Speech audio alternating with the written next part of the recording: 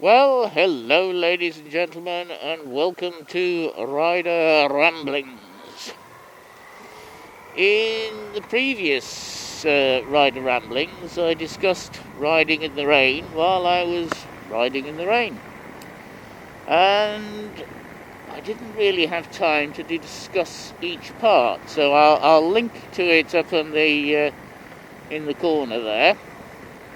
And you can have a look at it, and I'm now going to split this down into sections. So the first part is clothing. If you're going to ride in the rain and you don't have the proper clothing, you are going to get cold, wet and miserable in short order. I mean very quickly. Not just a little bit quickly. So it's always a good idea to have the right clothing. I mean, if you ride in a desert and it rains once every 10 years, then the chances of you having any wet weather gear are probably zero.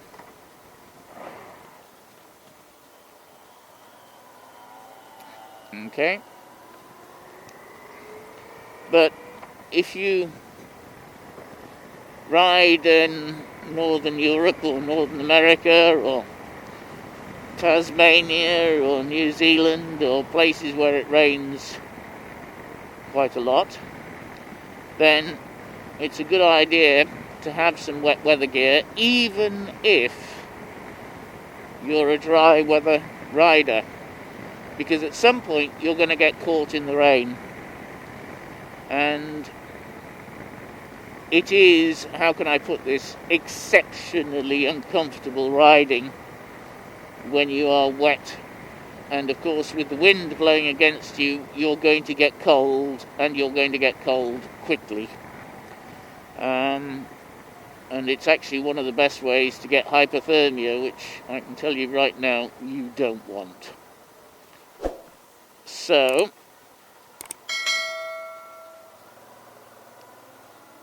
I recommend that you carry some waterproofs. Now, you can probably see this yellow jacket, this dirty yellow jacket that I have on. Okay, it is nylon, it is 100% waterproof, and it only starts leaking if it gets a hole in it. And I wear it because, quite simply, it stops the water, 100% of the water getting through. It's very small, it's very light, and it folds down to nearly nothing. And I have the same type of thing for a set of leggings, and they take up absolutely no space whatsoever. You could, on a sports bike, even get them under a seat. They will fit under a seat.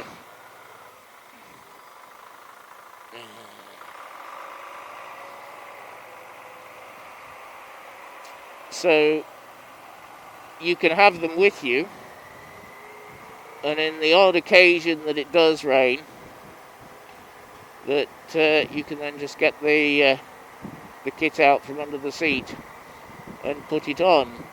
Whereas if you live where I live, where you can basically expect rain nearly every day, except for maybe during midsummer,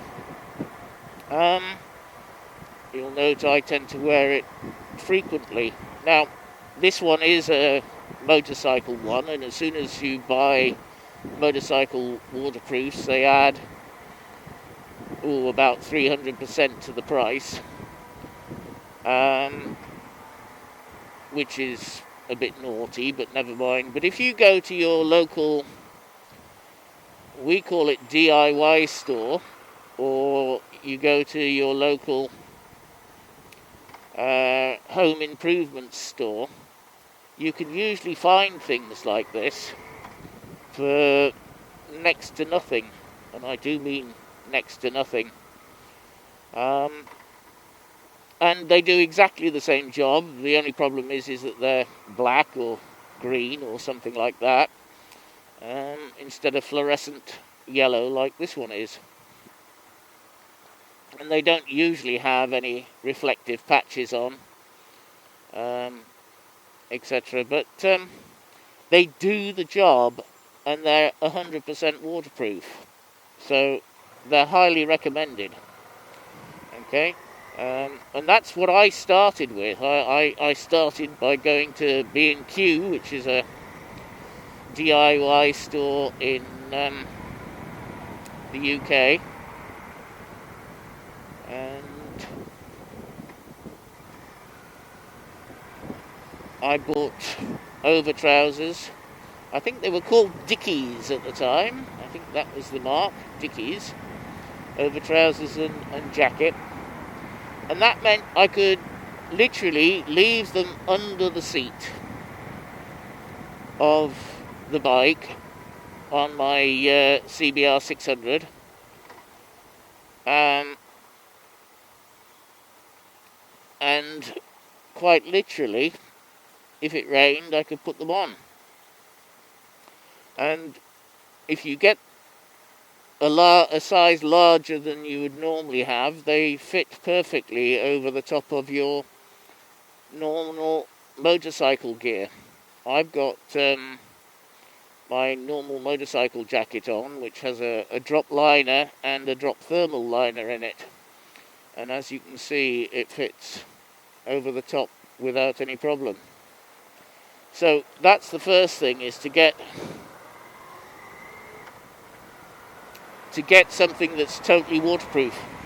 Now, I can hear you all hitting the keyboards and writing, oh, you need to have a waterproof motorcycle jacket that's made by AlpineStars, Bering, Helly Hansen, or anybody else. And my response to that is, well, no, you don't. You do need something to keep you comfortable, but provided you've got this waterproof outer layer that you can actually put on when it's needed, you can wear what you like underneath in the rain. Now, I'm not going to talk about safety, I'm not going to talk about armour, I'm not going to talk about anything like that, because that's for a different subject. This is to keep you dry and warm when it's raining. Okay? Now, if you are in northern climes, like I am, then in the winter it does get chilly, and you do need to wear warmer clothing. But it's your choice what you wear underneath. I'm not going to, force you to wear anything. I'm just going to say that provided you've got a waterproof over jacket and a waterproof trousers, then you're going to be comfortable. And oh dear, this looks like we're going to have a real mess here.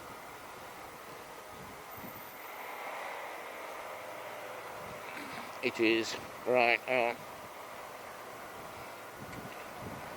you can't quite call it spring cleaning, but it's something like that. Yeah, spring weeding. Right, we've left some more, so the speed limit is now 50 kilometers an hour. So, that's my first recommendation. And the second recommendation is your helmet. Get a full face helmet, or one that will cover the face, because if you're riding along and you've got an open face helmet, you're going to get hit in the face with the rain. And if it's raining quite hard, it's going to hurt. And if you don't have anything covering your eyes, you are not going to be able to see. So, quite simply, something with a visor or something with goggles is required, even if you just keep them under your seat or in your pocket or something like that in the case of goggles or glasses of some sort. Okay?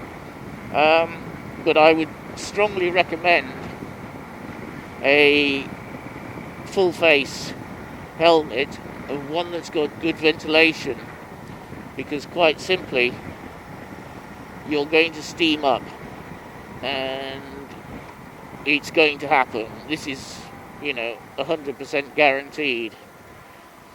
It's not a joke. You will steam up, and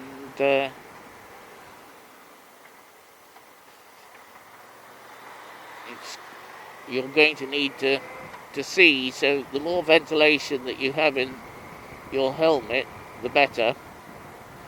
And of course, you need to keep that ventilation open. Yes, it might be the middle of winter. Yes, it might be minus whatever it is outside. And yes, it might be raining or whatever.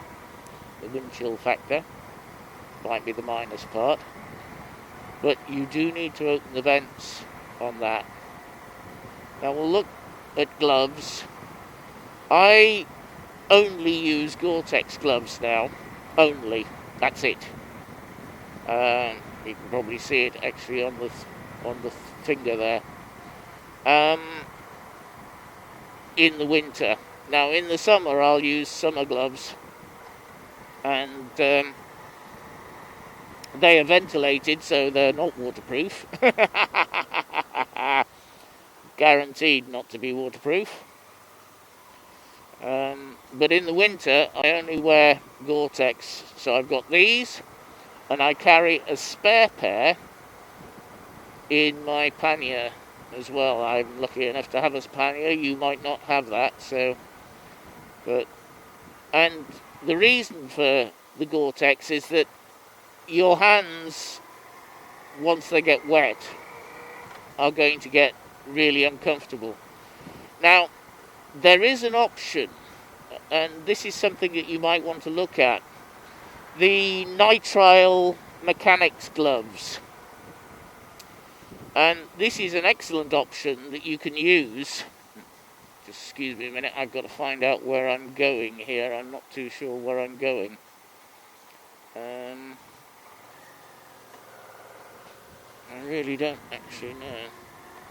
I think it's down here. Sorry, you've probably noticed I'm not going in the right way. I shall go straight on. I might have to stop and look at the sat-nav actually. But yes, so one of the options you've got is using the Nitrile gloves. I think I'm down here actually. Oh no, I've just seen the sign. It would have been nice if they'd put it somewhere else, but never mind, I've just seen the sign of where I'm going. Now the question is, do they have... the sign is over there. Yep. Okay, so you can use Nitrile gloves, and you put these on and then put your gloves on over the top. The mechanics Nitrile gloves or the surgical gloves, and so that is one way of keeping your hands dry if you don't have the correct gloves. And I carry them because in the summer when it rains my gloves are ventilated, and so quite simply they're going to let the water through. Finally, boots. Now again I use Gore-Tex boots. I think that's where I'm going, but I'm not 100% sure. What's it say here? I shall stay in this lane behind the bus, I think. Right, boots. Again, I use Gore-Tex boots because I don't want wet feet at all. Right, what's it say here?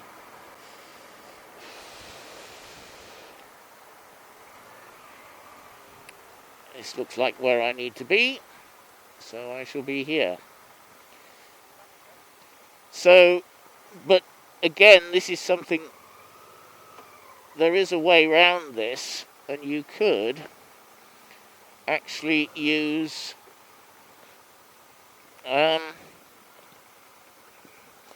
plastic bags from your shop, or reuse plastic bags from your shopping, and when it rains you can put them on over your shoes if you wish, and that would do that. Okay, I'm where I need to be, I believe, so I'll say thank you for watching. Leave any notes, anything that you want to say in the comments below, and I'll see you next time.